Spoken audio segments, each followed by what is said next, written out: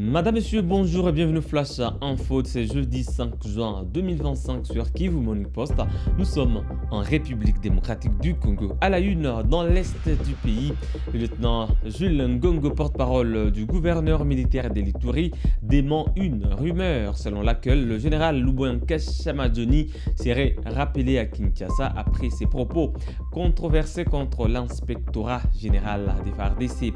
Jules Ngongo précise que le gouverneur est en route pour Kolwezi dans le Lualaba afin de participer à la conférence des gouverneurs. Détails dans ces communiqués.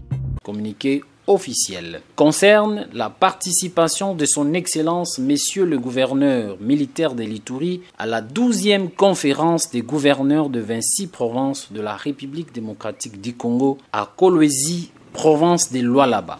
Les gouvernements provinciaux de l'Ituri informent l'opinion tant nationale qu'internationale de la participation de son Excellence le gouverneur militaire, le lieutenant-général Lubwanka Chamadjoni, à la 12e conférence des gouverneurs qui se tiendra à Kolwezi, chef-lieu de la province de Lualaba, du 10 au 13 juin 2025. Cette participation marque une étape importante étant donné que c'est la première fois que les gouverneurs militaires y participaient. C'est donc une occasion pour lui de présenter la vraie situation d'Elituri. Au cours de cette conférence qui sera présidée par son Excellence, Monsieur le Président de la République, chef de l'État, commandant suprême des forces armées et de la police nationale congolaise, Félix Antoine Tshisekedi Tshilombo, les gouverneurs militaires d'Elituri exposera la situation sécuritaire et socio-économique actuelle de la province de l'Ituri, mettant en évidence le progrès enregistré dans plusieurs domaines malgré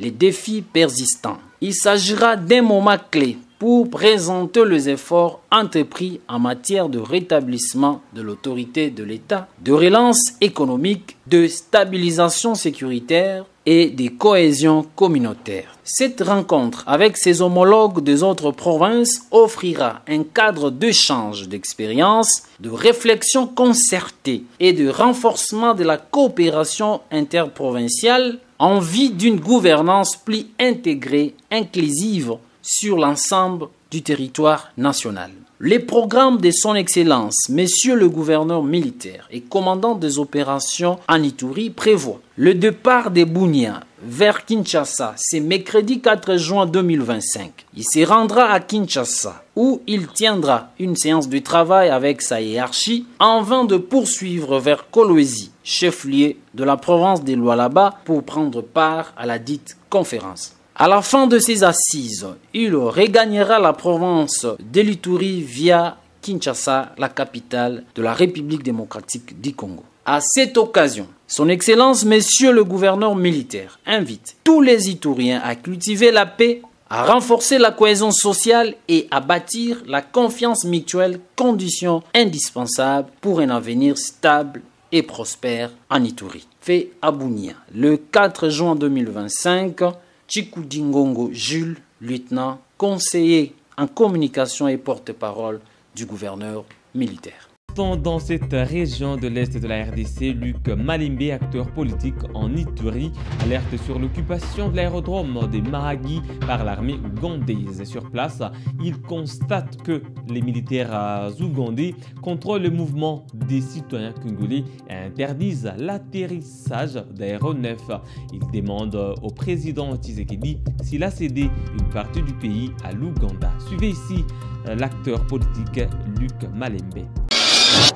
Lettre ouverte adressée au président de la République concerne: vous devez conjurer le plus rapidement possible la paresse et la fainéantise qui caractérisent la gestion actuelle de la République démocratique du Congo.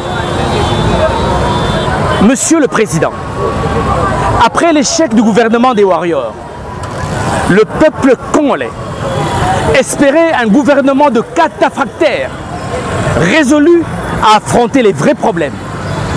Hélas, nous avons à la place des responsables apathiques dont l'attitude traduit un profond mépris pour la souffrance du peuple. Monsieur le Président de la République, Kinshasa, la capitale, vit dans un état piteux. Les Kinois sont bercés dans les immondices, côtoient les poubelles, respirent la puanteur, roulent sur des routes délabrées, créant des embouteillages monstres et sans précédent. Et cela dans l'indifférence totale de ceux qui ont la charge de les faire vivre dignement. Si par clameur publique, ils arrivent à sursauter de leur somnolence, c'est pour entreprendre des ouvrages avec mollesse et sans rigueur. Monsieur le Président de la République, la ville-province de Kinshasa dispose d'un réseau routier de 3600 km, dont 700 km semi-praticables et 2900 km en terre battue. Si pour réhabiliter l'avenue Kabambare, un tronçon de 3,2 km, la durée est de 24 mois. Donc, dans la même allure, avec cette même vitesse d'exécution, 32 km, nous demanderons 240 mois, soit 20 ans. Pour construire la ville de Kinshasa dans ces 2900 km en terre battue, il nous faudra 21 750 mois, soit 1813 ans. Donc, on sera tous morts, décomposés, et même le Christ serait déjà retourné. Et là, il faudra oublier les routes comme Kinshasa-Lubumbashi, 2300 km qui feront 1438 ans. Lubumbashi-Goma, 1530 km, 956 ans. Goma-Kisangani, 678 km, 424 ans. Kisangani-Mbandaka, 1246 km, 779 ans. Mbandaka-Kananga, 1661 km, qui nous fera 1038 ans.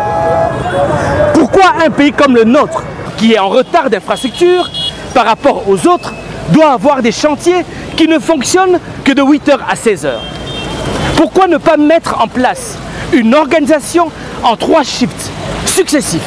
Premier shift de 6h à 14h, deuxième shift de 14h à 22h, troisième shift de 22h à 6h. Nous devons adopter l'attitude des ouvriers de la République et non laisser les choses comme si nous avions tout le temps. Monsieur le Président de la République, vous devez sévir. Les ministres, les gouverneurs des provinces et tous ceux qui sont acteurs dans la gestion de la République n'ont pas le rôle de chanter pour le chef de l'État ou faire le djalelo en son honneur. L'UDPS le fait déjà mieux. Eux, leur rôle est l'obligation des résultats positifs dans leur secteur d'attribution. La RDC est en retard, un grand retard dans tous les secteurs: santé, sciences, éducation, tourisme, culture, intelligence artificielle et autres. Alors, c'est à vous de donner le tonus à ceux qui doivent y travailler, de s'y mettre sérieusement, avec acuité et assiduité, sachant que le temps n'est pas notre allié. Il joue toujours en notre défaveur. Alternative 2028, parti politique, Ados Ndombasi Banikina, président national, député national honoraire. Je vous remercie. À Kinshasa, le parti Alternative 2028, dirigé par l'opposant Ado Ndombasi, adresse une lettre ouverte au président Félix Tshisekedi. Il dénonce la persistance de la misère du peuple congolais malgré le changement du gouvernement. Ndombasi évoque l'échec du gouvernement de Judith Suminwa, tout comme celui de son prédécesseur Sama Lukonde. Il constate que les responsables actuels sont apathiques et montrent un profond mépris pour la souffrance du peuple congolais. Suivez cette vidéo qui va interpeller. Ici où vous me voyez, je suis à l'aérodrome de Mahagi. Mahagi, c'est un territoire de la province de l'Ituri qui est situé à la frontière avec l'Ouganda, à plus de 200 km de la ville de Bunia. Alors, je suis venu ici, je voulais visiter l'aéroport, notre aéroport congolais de Mahagi. Qu'est-ce que je trouve? Je trouve l'armée ougandaise qui a encerclé cet aéroport, et l'armée ougandaise, c'est elle qui contrôle tout mouvement, toute entrée, toute sortie dans l'aéroport. Je n'ai vu aucun militaire congolais, je n'ai vu que des militaires ougandais lourdement armés. Et qu'est-ce qu'ils nous disent? Ils nous disent: nous ne pouvons pas accéder. Un militaire ougandais me refuse l'accès, moi congolais, dans mon propre pays. Monsieur le Président Félix, est-ce que vous pouvez nous expliquer cette histoire, c'est quoi? Est-ce que vous avez vendu une partie de notre territoire aux Ougandais ou comment? Comment on peut nous expliquer que des militaires ougandais lourdement armés prennent le contrôle d'un aéroport en fonction? Je rappelle que cet aéroport fonctionne, des avions viennent de Bunia pour ici. Et c'est des Ougandais qui font la loi sur un aéroport congolais où je n'ai vu aucun militaire congolais. J'ai regardé, j'ai cherché, pas de militaires FARDC, c'est des militaires ougandais lourdement armés. Quelqu'un peut nous expliquer ça? Lorsque moi j'ai dit qu'il ne s'agit pas de coopération que nous faisons ici, qu'il s'agit d'une invasion ougandaise malheureusement cautionnée par notre gouvernement, on ne m'écoute pas. Voilà les preuves, Monsieur le Président. L'officier ougandais qui sont allés chercher, parce que j'ai dit moi je dois accéder dans ça, je dois entrer, caméra à l'appui, je vais y entrer. Ils ont dit tu peux pas. Ils ont fait venir leur officier, je ne sais même pas il est de quel grade. Il m'a dit ceci, monsieur tu ne peux pas accéder ici. J'ai dit pourquoi? Parce que cet endroit c'est un endroit militaire. Je lui ai dit moi je ne suis pas venu visiter un camp militaire, je suis venu visiter l'aéroport de Mahagi dans mon pays. Il me dit c'est moi qui fais la loi ici, mais je peux t'arrêter si tu continues à parler et même j'ai le pouvoir d'interdire même l'atterrissage d'un avion dans cet aéroport.